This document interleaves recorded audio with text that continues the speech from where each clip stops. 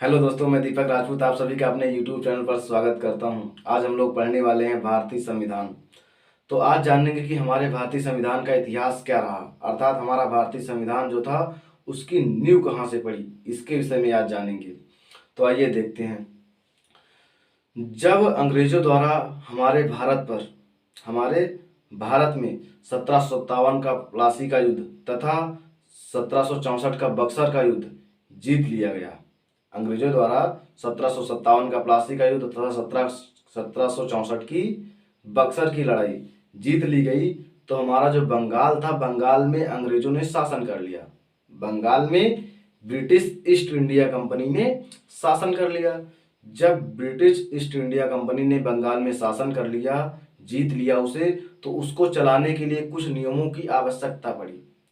बंगाल में शासन चलाने के लिए कुछ नियमों की आवश्यकता पड़ी, तो कुछ नियम बनाए।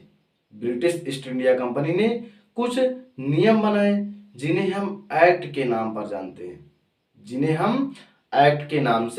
जानते हैं, और वो एक्ट ही हमारे भारतीय संविधान की सीढ़ियां बनी। तो आइए कुछ महत्वपूर्ण एक्ट हैं जिन्हें हम जान लेते हैं। तो सबसे पहला एक्ट जो था 1773 का रेगुलेटिंग एक्ट था। जो सबसे पहला एक्ट पारित किया गया था वो था 1773 का रेगुलेटिंग एक्ट। अब इस एक्ट की विशेषताएं क्या थी, आइए उसे हम जान लेते हैं। अब इस एक्ट के तहत जो कंपनी थी, ब्रिटिश ईस्ट इंडिया कंपनी थी, उसे राजनैतिक एवं प्रशासनिक कार्यों को करने की मान्यता मिल गई।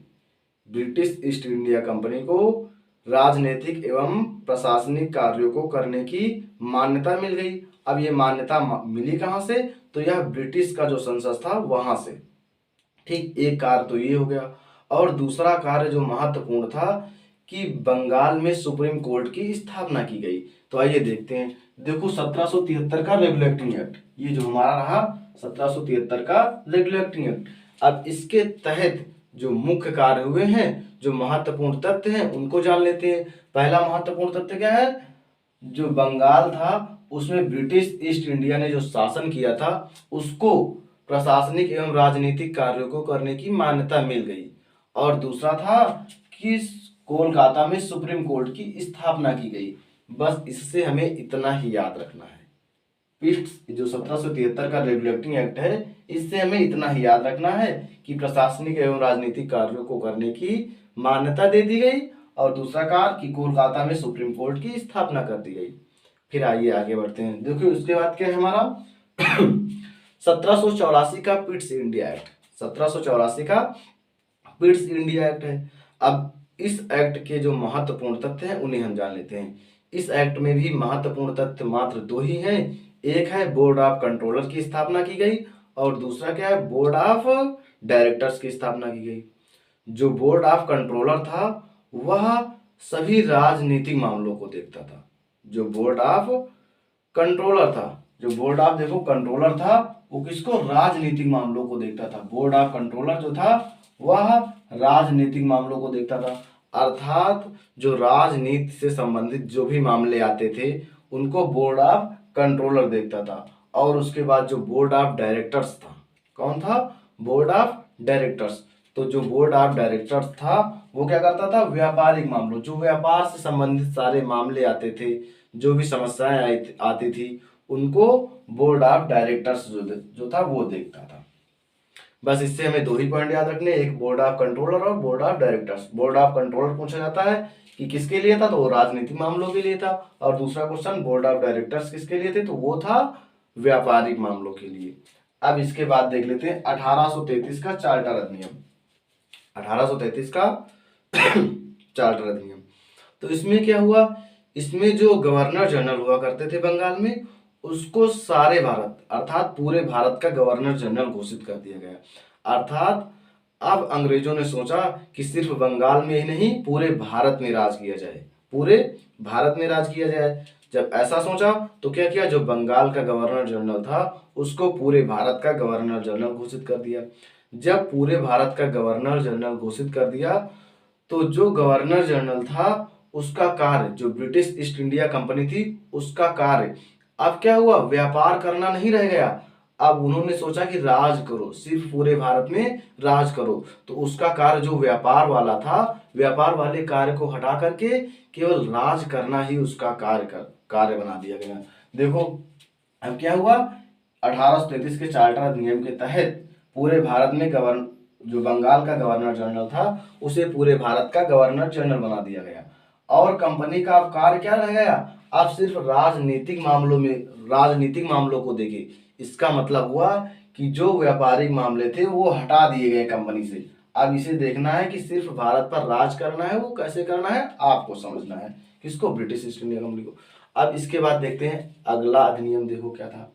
अगला अधिनियम जो था हमारा 1909 ईस्वी का भारत शासन अधिनियम। क्या है, 1909 ईस्वी का भारत शासन अधिनियम।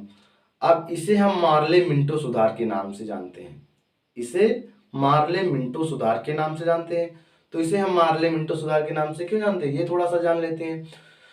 जो 1909 ईस्वी थी, 1909, इस समय हमारे भारत के गवर्नर जनरल जो थे वो मार्ले मिंटो थे। वो कौन थे, मार्ले मिंटो। इसलिए 1909 ईस्वी के भारत शासन अधिनियम को मार्ले मिंटो सुधार के नाम से भी जाना जाता है।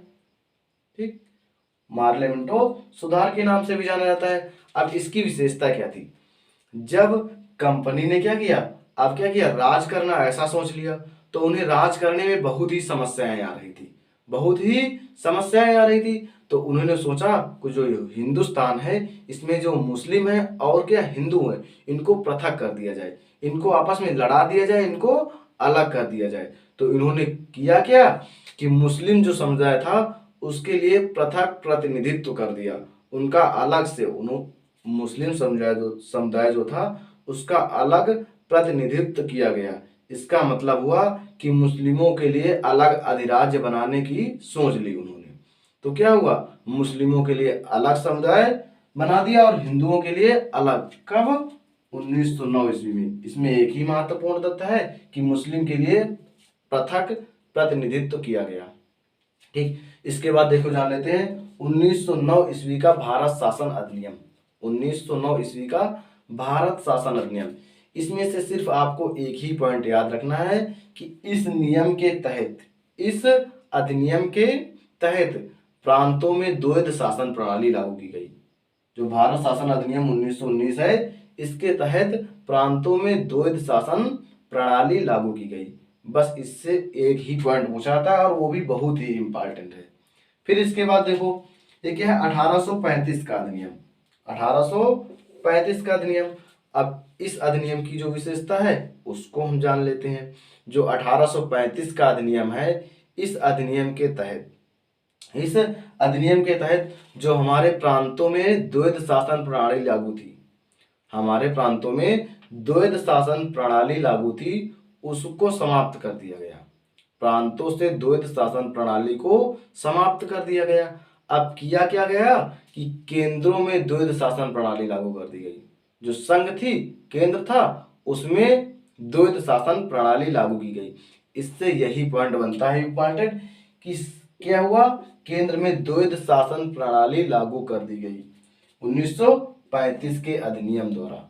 फिर इसके बाद पढ़ते हैं 1947 का स्वतंत्रता अधिनियम। 1947 का स्वतंत्रता अधिनियम। अब इस अधिनियम में क्या हुआ, 4 जुलाई 1947 ईस्वी को यह अधिनियम क्या हुआ, ब्रिटिश संसद द्वारा पास किया गया। कब, 4 जुलाई 1947 को जो है 1947 का स्वतंत्रता अधिनियम पास किया गया। किसके द्वारा पास किया गया, ब्रिटिश संसद द्वारा। अब इस अधिनियम में जो मुख्य बातें हैं, मुख्य तथ्य हैं, उनको आइए जान लेते हैं।